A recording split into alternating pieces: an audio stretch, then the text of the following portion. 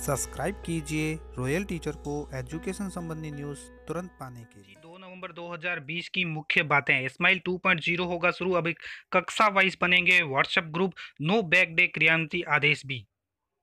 जी हाँ दोस्तों, आज एक वीसी आयोजित की गई जिसमें वीसी की मुख्य मुख्य बातें क्या रही वो मैं आज आपके साथ शेयर करूंगा। साथ में मुख्य बात ये रही कि स्माइल 2.0 शुरू हो जाएगा, जिसके तहत अब बच्चों के जो पहले विद्यालय वाइज व्हाट्सएप ग्रुप बने थे स्माइल कार्यक्रम के लिए, अब वो कक्षा वाइज बनेंगे। क्लास टीचर उसकी मॉनिटरिंग करेंगे। एचएम उसके पास उसका मॉनिटरिंग पावर रहेगा, यानी सभी के पास कुछ ना कुछ कार्य रहेगा। साथ में आपको क्या क्या काम करना है। उसके साथ एक और आदेश है नो बैक डे से के डे से संबंधित, यानी शनिवार को जो नो बैक डे मनाया जा रहा है उसमें आपको बच्चों के साथ क्या क्या क्रियान्विति क्या क्या कार्य करने होंगे। दोस्तों वीडियो को अंत तक जरूर देखें, बहुत ज़्यादा इंपॉर्टेंट होने वाली है। चलिए शुरू करते हैं।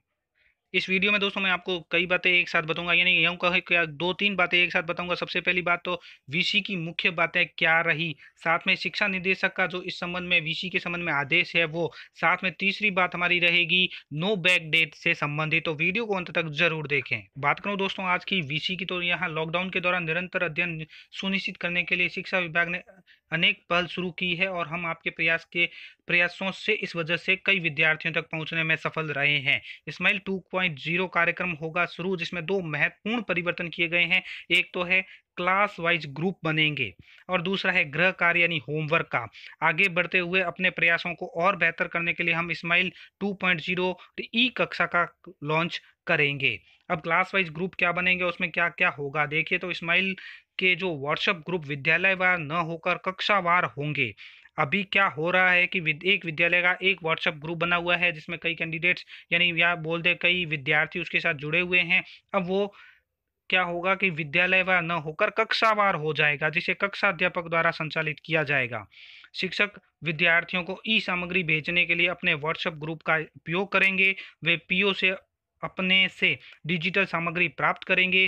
पीओ को सामग्री व स्माइल ग्रुप पर सीबीओ के द्वारा आएगी। प्रत्येक स्कूल का एचएम या प्रिंसिपल कक्षावार ग्रुप में शामिल होंगे।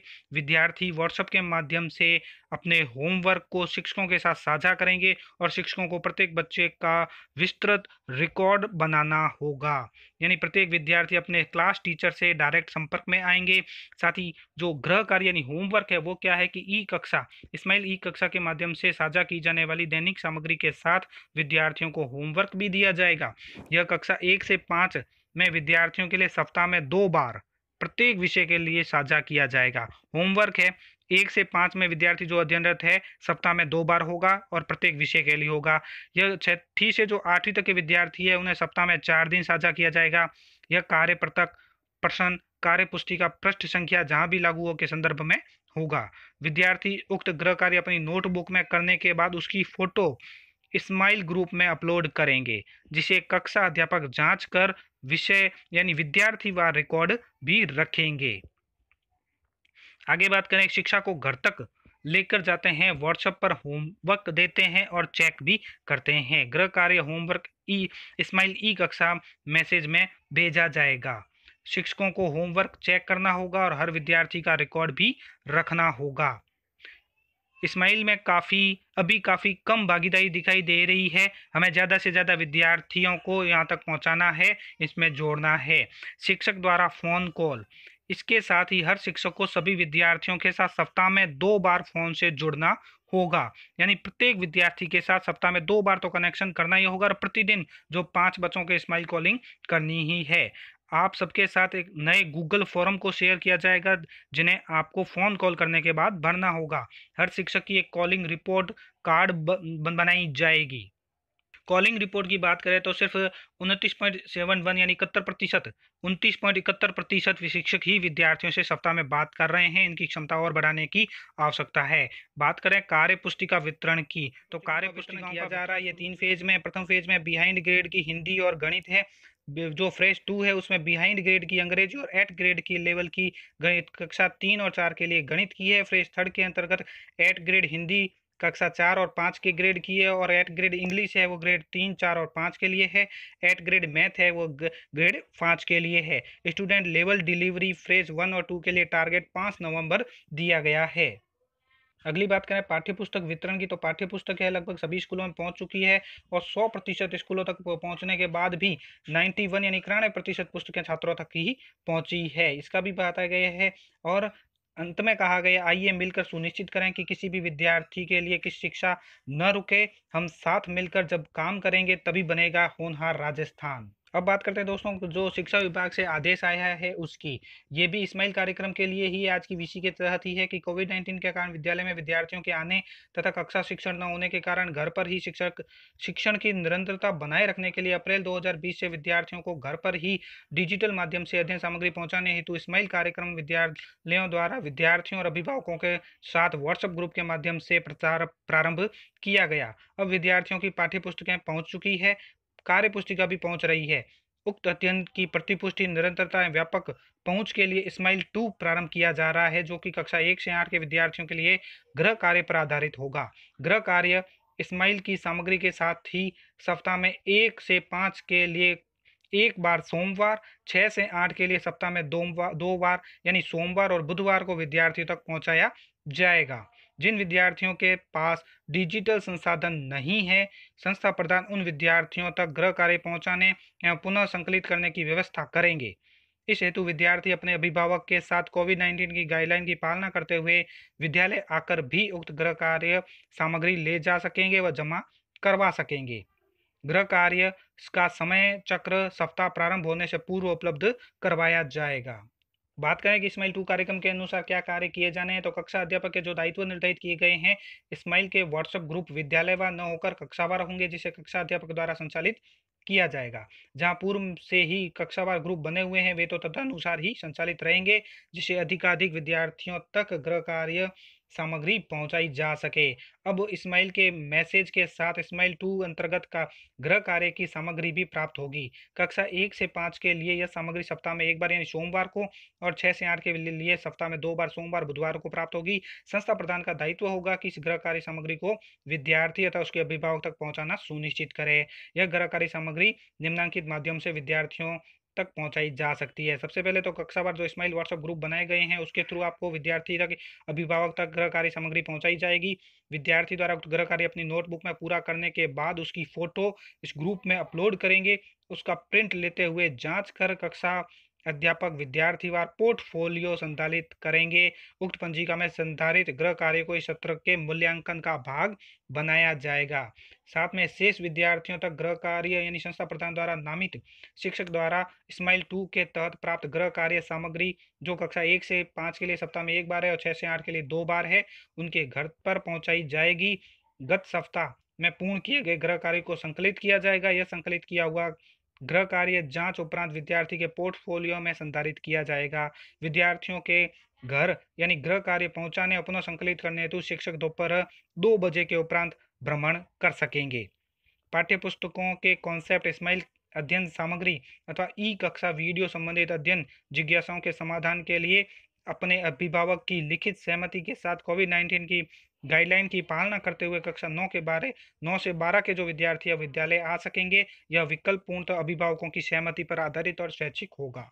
साथ में दोस्तों कक्षा अध्यापक का यह दायित्व होगा कि वह प्रत्येक 2 सप्ताह में समीक्षा कर संस्था प्रधान को अवगत कराए कि उनकी कक्षा में कुल कितने विद्यार्थी नामांकित है, उनमें से कितने विद्यार्थियों के गृह कार्य की सूचना जांच उपरांत उनके पोर्टफोलियो में संधारित की गई है।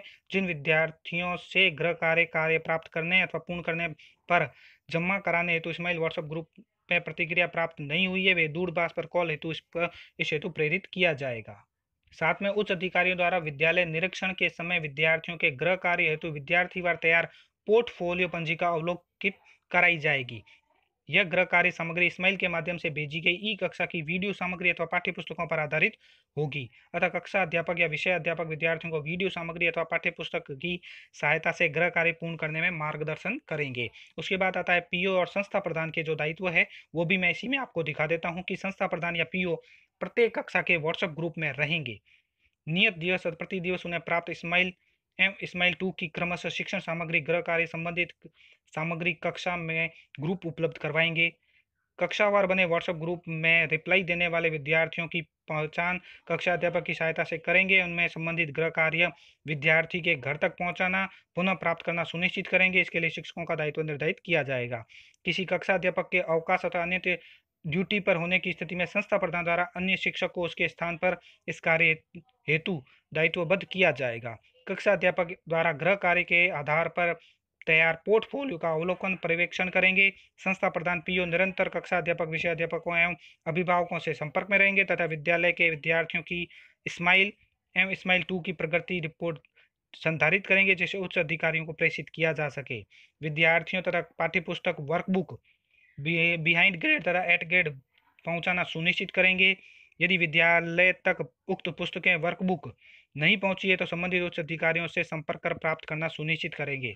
संस्था प्रधान पीओ का यह प्रयास रहेगा कि विद्यालय पीओ से परिक्षेत्र में अधिकाधिक विद्यार्थी पाठ्यपुस्तक पर कार्य पुस्तिका गृह कार्य की गतिविधियां करे, इस कार्यक्रम में लाभान्वित हो। आवश्यकता अनुसार इस हेतु अभिभावकों के साथ ऑनलाइन ऑफलाइन बैठकर विद्यार्थी शैक्षणिक प्रगति से अवगत करवाएंगे। प्रबोधक हेतु स्माइल और स्माइल 2 से नवीन संबंध पीओ परिक्षेत्र के विद्यार्थियों की संख्याओं को स्माइल फीडबैक गूगल शीट के माध्यम से प्रति सप्ताह भेजना सुनिश्चित करेंगे।